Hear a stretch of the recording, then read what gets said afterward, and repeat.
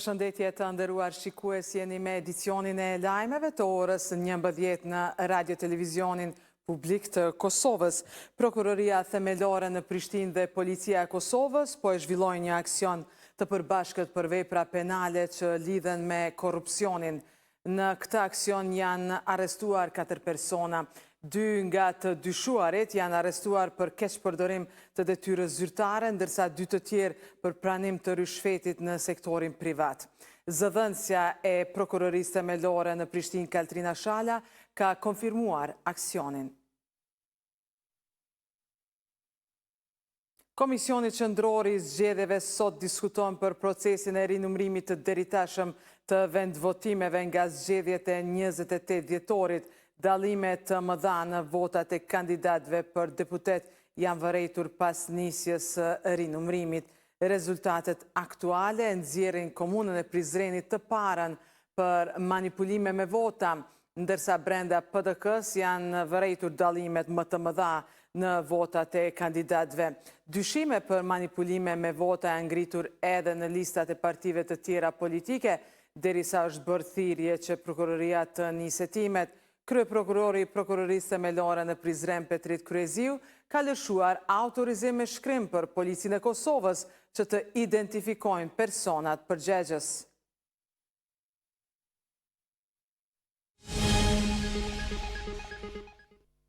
Administrata tatimore e Kosovës në 26 vjetorin e themelimit ka prezantuar të arriturat dhe sfidat. Drejtori i përgjithshëm i ATK-s, Mentor Hyseni, tha se ATK po orientohet ndaj këshillimeve dhe jo ndëshkimeve.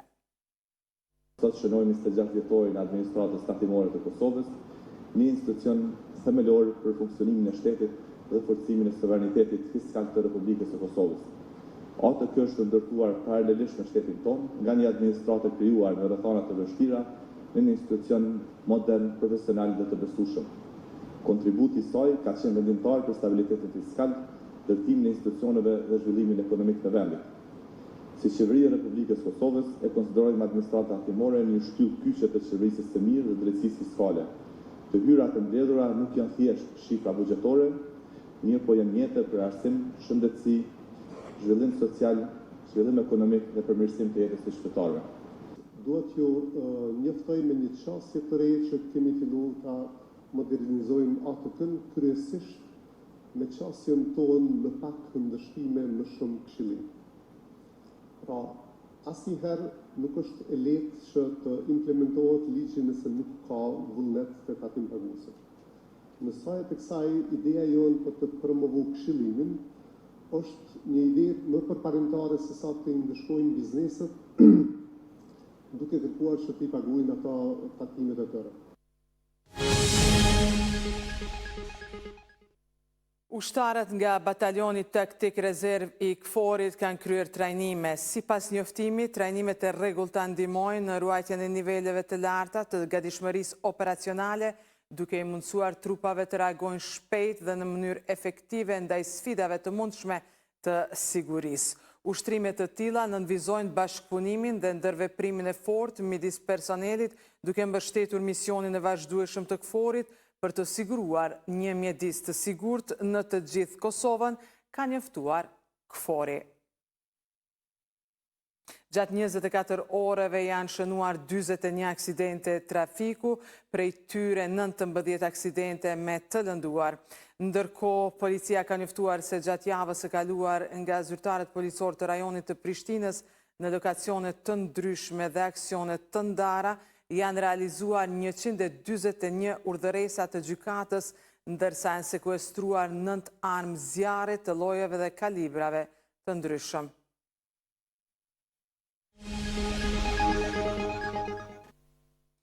Dy trena me shpejtësi të lartë që u përplasën në Spanjë lanë të vdekur së paku 39 persona, ndërsa 10 të tjerë u lënduan.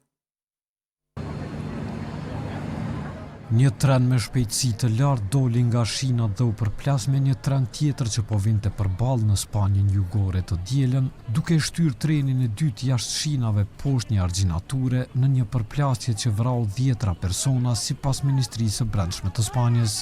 Aksidenti ndodhi pranë Adamuzit në provincën e Cordobës, rreth 360 km në jug të kryeqytetit Madrid. Nga 75 personat e shtruar në spital, 15 janë në gjendje të rëndë, ka deklaruar kreu i qeverisë rajonale të Andaluzisë, Juana Moreno, herët të hënën. Moreno paralajmëroi se numri të vdekurve mund të rritet për shkak të përplasjes së fortë. Gazeta El País raportoi se shoferi 27 vjeçar i trenit të linjës Madrid-Huelva, i cili u godit, ishte në mesin e të vdekurve. Në të dy trenat kishte rreth 400 pasagjer, shumica të cilëve spanjoll që udhëtonin në Madrid pas fundjavës. Nuk ishte e qartë se sa turist mund të ishin në bord, pasi janari nuk është sezon festash në Spanjë.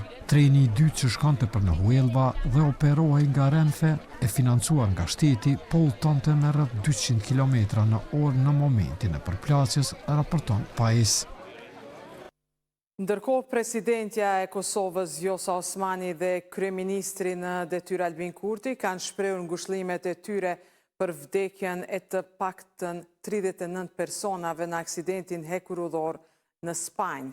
Kosova qëndron në solidaritet me popullin e Spanjës në këtë kohë të vështirë, ka shkruar presidentja Osmani në platformën X, ndërsa kryeministri në detyrë Albin Kurti ka shkruar se janë thellësisht të trishtuar për aksidentin tragjik hekurudhor që mori shumë jetë njerëzish.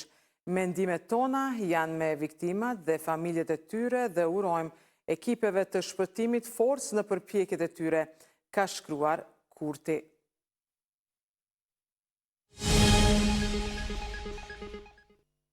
Të dielën janë luajtur ndeshjet e fundit të Xhiros së 16 në Superligën e basketbollit. Trepça e kanë poshtur vllaznimin në Gjakov, kurse Bashkimi e kanë poshtur Rahovecin.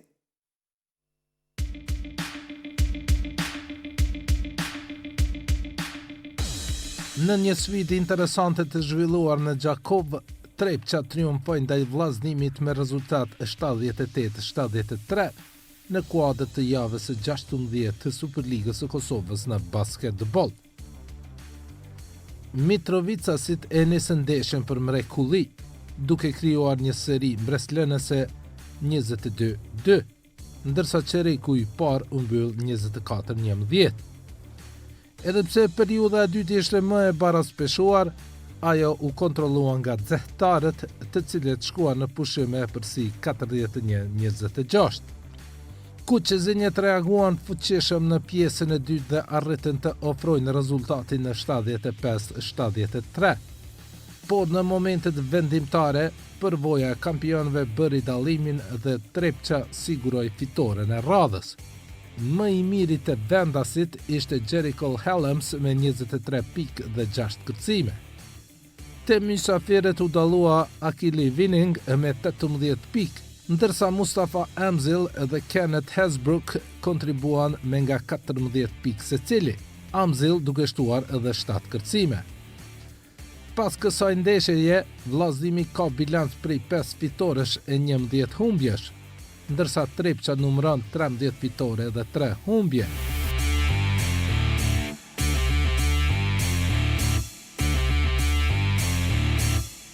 Bashkimi shënon një fitore të rëndësishme ndaj Rahovecit 0-29 me rezultat bindës 90-70. Ndeshja zhvilluar në Prizren ishte baraspeshuar në pjesën e parë, me çerekun e parë që u mbyll në 19-19, ndërsa mysafirët patën një epërsi minimale në periudhën e dytë, 22-18. Megjithatë, Prizrenasit u rikthyen fuqishëm pas pushimit, duke dominuar pjesën e dytë dhe duke siguruar fitore me 20 pikë diferencë. Lejson Zeqiri shkëlqeu të vendasit me 21 pikë dhe 6 kërcime, ndërsa të vreshtarët më efikasi ishte Bardh Rexha me 20 pikë dhe 4 kërcime. Bashkimi renditet në vendin e dytë me 11 fitore e 5 humbje, ndërsa Rahoveci 0-29 ka 5 fitore dhe 11 humbje.